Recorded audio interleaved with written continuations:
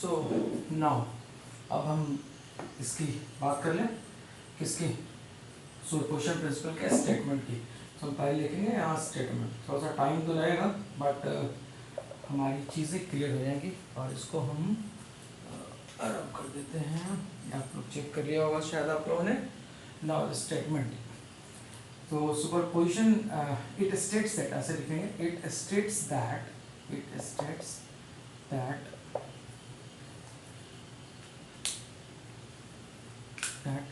when a number of charges are interacting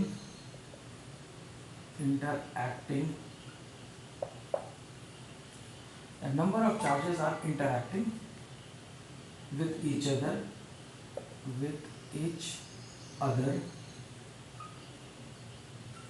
then the force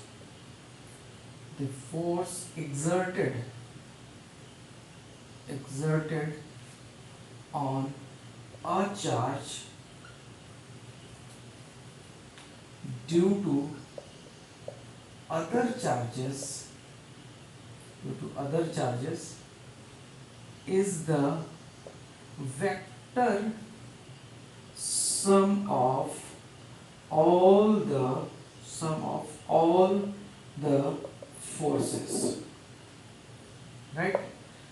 It means when a number of charges are interacting with each other, यानी कि बहुत सारे charges एक दूसरे से interact कर रहे हैं, then the force exerted on a charge due to other charges is the vector sum of all the forces exerted on it.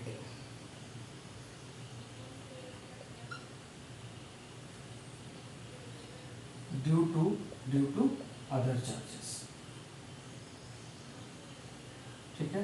And सबसे इंपॉर्टेंट लाइन आपका देखना है, the force between two charges is independent of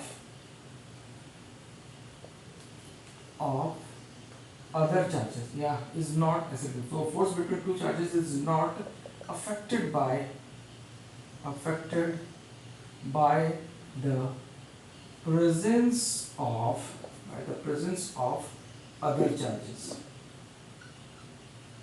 इसका मतलब ये हुआ कि अगर मान लिया जाए कि 3 या 4 चार्ज है और चार्ज नंबर 1 पे हमको कैलकुलेट करना है, तो हम रेस्ट 3 का फोर्स निकालेंगे। 1 force on 1 due to 2, force on 1 due to 3, force on 1 due to 4। इन यानी कि 3 फोर्स आप कैलकुलेट करेंगे, F12, F13 एंड F14। इन सब का वेक्टर समझेंगे, ठीक है। लेकिन जब F12 कैलकुलेट करेंगे तो हम Q3 Q4 को भूल जाएंगे, वो उनका फोर्स Q3 और Q4 से अफेक्टेड नहीं रहेगा। अगर हम Q3 को काउंट करेंगे यानी कि F13 को काउंट करेंगे तो हम Q2 और Q3 के जो फोर्स है उसको भूल जाएंगे। और अगर हम F14 को काउंट करेंगे, F14 को, तो हम चार्ज नंबर 2 और चार्ज नंबर 3 को भूल जाएंगे। यानी कि F14 force will be not affected by the presence of Q2 and Q3, इस तरीके से, ठीक है। तो हम ऐसे लेते हैं कि let Q1, Q2, Q3, Q4 and so on be the charges interacting with each other, then the force exerted on Q1 due to other charges, that is Q2, Q3, Q4 and so on is given by क्या लिखेंगे, F1 vector will be equal to F12 vector plus F13 vector plus F14 vector plus F15 vector and so on, इस तरीके से, ठीक है। So this is our statement, this is the principle of superposition और इस तरीके से हम इसको काउंट करेंगे, इस तरीके से हमको मालूम करना है, राइट। नाउ अब हम इसकी कैलकुलेशन करते हैं।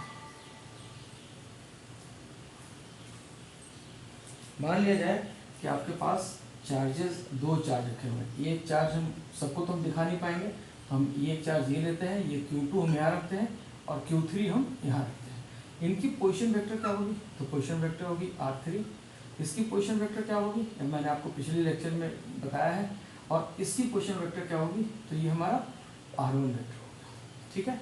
सो यहाँ से यहाँ तक अगर हम डिस्टेंस लेंगे तो ये हमारा क्या होगा? R12 वेक्टर होगा। ये अगर हम कैलकुलेट करेंगे तो R12 आएगा, ट्रायंगल लॉ से, ठीक है, ट्रायंगल लॉ से ये आएगा। और अगर हम इसको काउंट करेंगे तो ये हमारा क्या आएगा? ये 2R12, तो ये हमारा यहाँ से यहाँ तक जाएगा ऐसे, ठीक है, यहाँ से यहाँ तक। तो अगर हम इसकी वेक्टर को काउंट करें तो क्या लिखेंगे? R3 vector and plus R13 vector plus R13 vector and is equal to R1 vector. So R13 vector किसके बराबर होगा? R1 vector minus R3 vector. उस तरीके से R12 वेक्टर किसके बराबर होगा? तो R1 vector minus R2 vector. Triangle law से इसको हम कैलकुलेट कर लेंगे, ठीक है। ये अब ये देखिए यहाँ पर ये पॉजिटिव चार्ज, ये पॉजिटिव चार्ज, इसकी फोर्स कहाँ लगेगी? इसकी फोर्स यहाँ लगेगी। So this is F21। क्या बोलेंगे? Force 1, charge 1 due to 2। और ये क्या होगा? ये हमारा यहाँ पर जाएगा, ये स्ट्रेट लाइन इस तरीके से निकल जाएगा, ये यहाँ पर। सो F13 वेक्टर, दोनों को ये हो गए रिपल्सिव फोर्सेस हो गए। यूनिट वेक्टर भी हम इसी के डायरेक्शन में ले लेंगे, इनका डायरेक्शन इसी यूनिट वेक्टर ले लेंगे, ऐसे इसी डायरेक्शन, ठीक है। ये हमारा ये आ जाएगा, यूनिट वेक्टर हम ले रहा हूँ तो हम इसी डायरेक्शन में ले लेंगे, ये हमारा यूनिट वेक्टर हो जाएगा, ठीक है। सो नाउ व्हाट इज, अगर हम F1 की बात करें, सो F1 वेक्टर क्या होगा? F1 vector is equal to F12 vector and plus F13 vector, ठीक है। So we are considering here only, we are considering here only three charges, only three charges, ठीक है। So this is our force. So what will be F12? F12 will be equal to 1 by 4 pi epsilon naught Q1 Q2 divided by R12 square, R12 unit vector, right? We can write 1 upon 4 pi epsilon naught Q1 Q2 divided by R12 cube and this is R12, right? अगर हम unit vector में convert कर देंगे, since we know that R12 unit vector is equal to R12 vector and divided by magnitude of R12, right? So ये Q हो जाएगा। F13 को कैसे कैलकुलेट कर सकते हैं? 1 upon 4 pi epsilon naught Q1 Q3 divided by R13 square and this is R13 unit vector, right. अगर हमें वेक्टर के फॉर्म में लिखना है तो क्या लिखेंगे? Q1 Q3 divided by R13 cube and this is R13 vector, right. और अगर हमें पोजीशन वेक्टर के टर्म में लिखना है तो हम क्या लिखेंगे? F12 is equal to 1 upon 4 pi epsilon naught Q1 Q2 and divided by R12 का होल स्क्वायर। तो हम R12 हमारी किसके बराबर आई है? R1 vector minus R2 vector, इसका स्क्वायर एंड दिस R1, ये इसको क्यूब कर दीजिए, R1 vector minus R2 vector कर लीजिए, ऐसा कर लीजिए।